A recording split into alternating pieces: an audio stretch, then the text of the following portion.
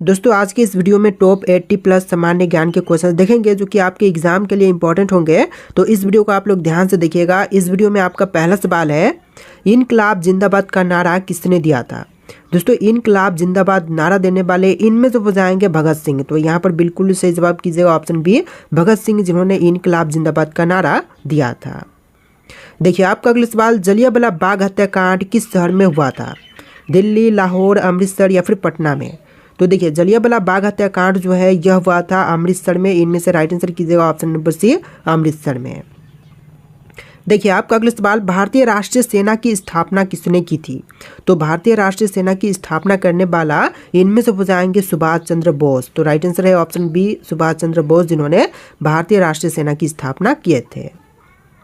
देखिए question number 4 है, चंपारण सत्याग्रह किससे संबंधित था। दोस्तों चंपारण सत्याग्रह की बात करें तो इनमें से संबंधित था नील की खेती से। तो यहाँ पर बिल्कुल सही जवाब है ऑप्शन बी, नील की खेती से संबंधित था चंपारण सत्याग्रह। देखिए क्वेश्चन नंबर 5 है, करो या मरो का नारा किस आंदोलन के दौरान दिया गया था। तो करो या मरो का नारा जो है इनमें से दिए गए थे भारत छोड़ो आंदोलन के समय। तो यहाँ पर बिल्कुल सही जवाब कीजिएगा ऑप्शन बी, भारत छोड़ो आंदोलन के समय में करो या मरो का नारा दिया गया था। देखिए आपका अगला सवाल, पृथ्वी की भूमध्य रेखा की लंबाई कितनी है।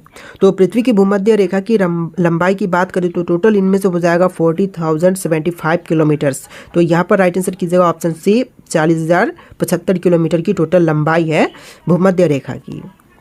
देखिए क्वेश्चन नंबर 7 है, डेड सी यानी कि मृत सागर क्यों प्रसिद्ध है। तो डेड सी मुख्य रूप से प्रसिद्ध है इनमें से दोनों के कारण, जैसे कि बी और सी दोनों के कारण। जैसा कि यहाँ पर पानी में बहुत अधिक नमक होती है और इनमें कोई भी जीव नहीं रहते हैं, इस कारण से डेड सी मृत सागर प्रसिद्ध है। देखिए क्वेश्चन नंबर 8 है, कौन सा देश सूर्योदय की भूमि के नाम से जानी जाती है। देखिए सूर्योदय की भूमि के नाम से इनमें से जाने जाता है जापान देश। तो यहाँ पर बिल्कुल सही जवाब कीजिएगा ऑप्शन नंबर सी, जापान देश, जो कि सूर्योदय की भूमि के नाम से जानी जाती है। चलिए आपका अगला सवाल, सहारा मरुस्थल किस महाद्वीप में स्थित है। तो सहारा मरुस्थल की बात करें तो इनमें से हो जाएगा अफ्रीका महाद्वीप में। तो यहाँ पर बिल्कुल सही जवाब है ऑप्शन बी, अफ्रीका महाद्वीप में सहारा मरुस्थल स्थित है। देखिए क्वेश्चन नंबर 10 है, मानव शरीर में कुल कितनी हड्डियां होती हैं। तो मनुष्य के शरीर में हड्डियों की संख्या 206 है। तो यहाँ पर बिल्कुल राइट आंसर है ऑप्शन बी, 206। देखिए आपका अगला सवाल, इंसुलिन हार्मोन शरीर के किस अंग में किस अंग द्वारा स्त्रावित किए जाते हैं। तो इंसुलिन हार्मोन जो है यह स्त्रावित होता है अंगनाशय द्वारा। तो यहाँ पर बिल्कुल सही जवाब कीजिए ऑप्शन बी, अंगनाशय द्वारा।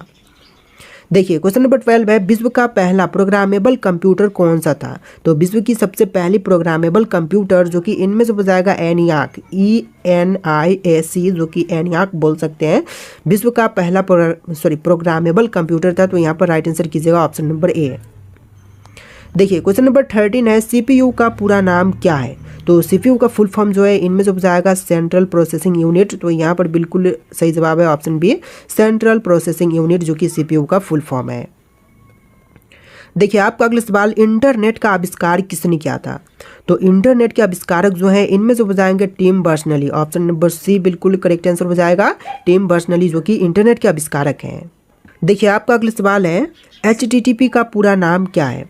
दोस्तों HTTP का फुल फॉर्म इनमें से हो जाएगा हाइपर टेक्स्ट ट्रांसफर प्रोटोकॉल। तो यहाँ पर बिल्कुल सही जवाब कीजिए option number A, hyper text transfer protocol. देखिए आपका अगला सवाल, भारत का पहला सुपर कंप्यूटर कौन सा था। तो भारत में जो सबसे पहला सुपर कंप्यूटर था इनमें से हो जाएगा परम 8000। तो यहाँ पर बिल्कुल सही जवाब है ऑप्शन ए, परम 8000, जो कि सबसे पहला सुपर कंप्यूटर था। देखिए आपका अगला सवाल, दीपावली का त्यौहार किस देवता से जुड़ा हुआ है। तो दीपावली या फिर दिवाली का त्यौहार जो है इनमें से जुड़ा हुआ है भगवान राम से। तो यहाँ पर बिल्कुल सही जवाब कीजिए ऑप्शन नंबर डी, राम से जुड़ा हुआ है। देखिए आपका अगला सवाल है, होली का पर्व किस ऋतु में मनाया जाता है। दोस्तों होली का पर्व जो है यह मनाई जाती है वसंत ऋतु में। तो यहाँ पर बिल्कुल सही जवाब कीजिए ऑप्शन नंबर सी, वसंत ऋतु में। देखिए आपका अगला सवाल है, ओणम त्यौहार किस राज्य में मनाया जाता है। दोस्तों ओणम त्यौहार जो है यह मनाई जाती है केरल राज्य में। तो यहाँ पर बिल्कुल सही जवाब कीजिए ऑप्शन नंबर बी, केरल राज्य में जो है ओणम त्यौहार मनाते हैं। देखिए क्वेश्चन नंबर 20 है, गणेश चतुर्थी सबसे ज़्यादा कहाँ पर मनाई जाती है। उत्तर प्रदेश, कर्नाटक, महाराष्ट्र या फिर बिहार में? तो देखिए गणेश चतुर्थी जो है सबसे अधिक मनाई जाती है महाराष्ट्र में। इनमें से राइट आंसर कीजिएगा ऑप्शन नंबर सी, महाराष्ट्र में। चलिए क्वेश्चन नंबर 21 है, बैसाखी त्यौहार किस धर्म से जुड़ा हुआ है? तो बैसाखी त्यौहार जो है इनमें से जुड़ा हुआ है सिख धर्म से। तो यहाँ पर बिल्कुल सही जवाब है ऑप्शन नंबर सी, सिख धर्म से। देखिए आपका अगला सवाल, ग्लोबल वार्मिंग का मुख्य कारण कौन सी गैस है? तो ग्लोबल वार्मिंग का जो मुख्य कारण है इनमें तो हो जाएगा कार्बन डाइऑक्साइड गैस। तो राइट आंसर कीजिएगा option number C, carbon dioxide gas. देखिए क्वेश्चन नंबर 23 है, पृथ्वी दिवस कब मनाई जाती है?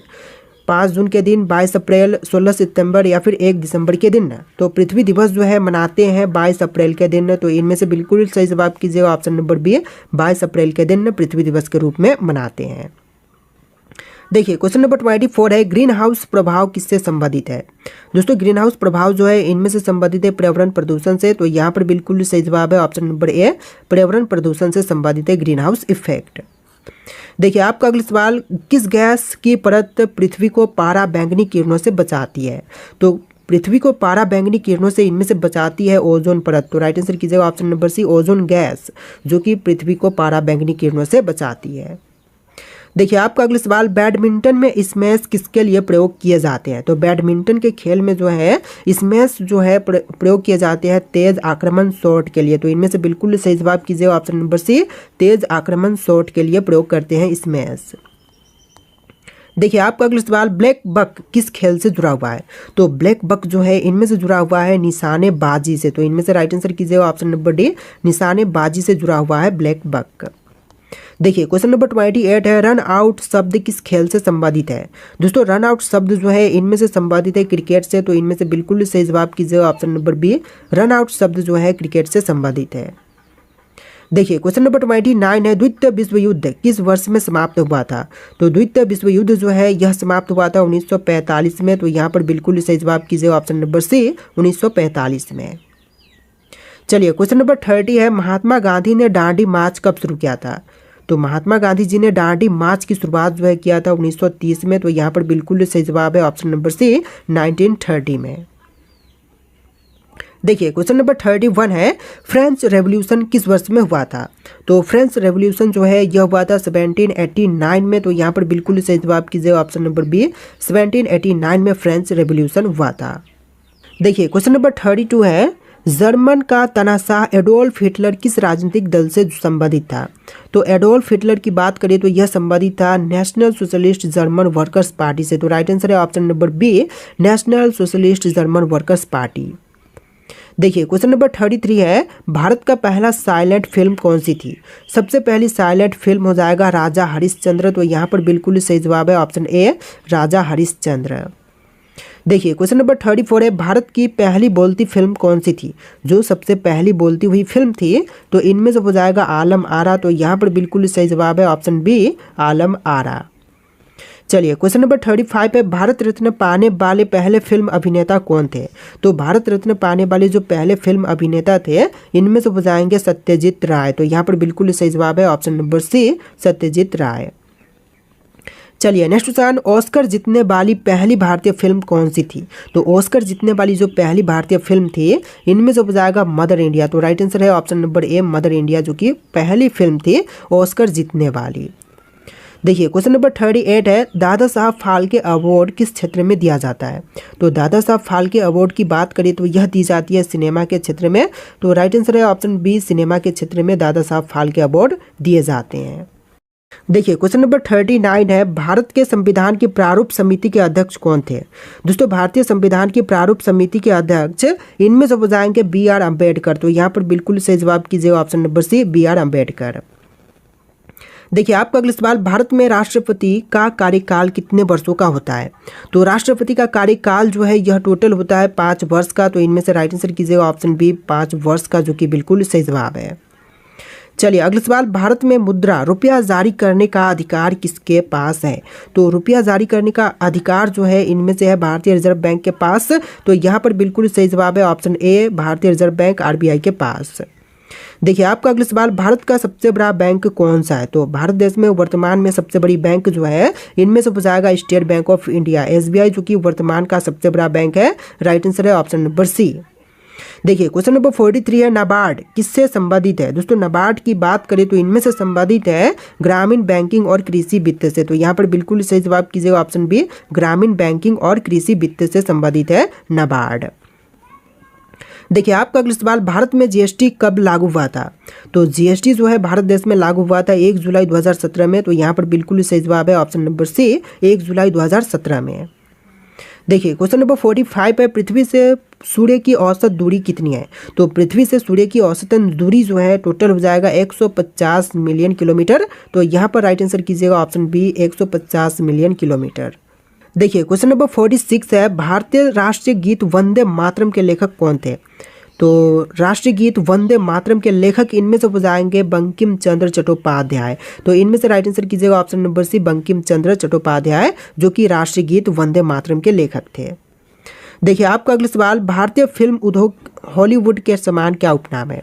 तो भारतीय फिल्म उद्योग जो कि हॉलीवुड के उपनाम जैसे कि हमारे इंडिया में हो जाएगा बॉलीवुड। तो यहाँ पर राइट आंसर कीजिएगा ऑप्शन नंबर बी, बॉलीवुड। चलिए अगला सवाल, सत्यम शिवम सुंदरम यह वाक्य किससे संबंधित है। तो सत्यम शिवम सुंदरम वाक्य जो है इनमें से संबंधित है वेद से। तो यहाँ पर राइट आंसर कीजिएगा ऑप्शन नंबर ए, वेद से संबंधित है।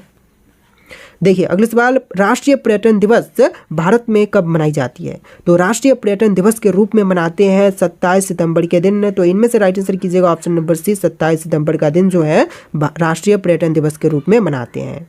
देखिए आपका अगला सवाल है, सबसे तेज गति से यात्रा करने वाला मानव निर्मित वस्तु कौन सा है।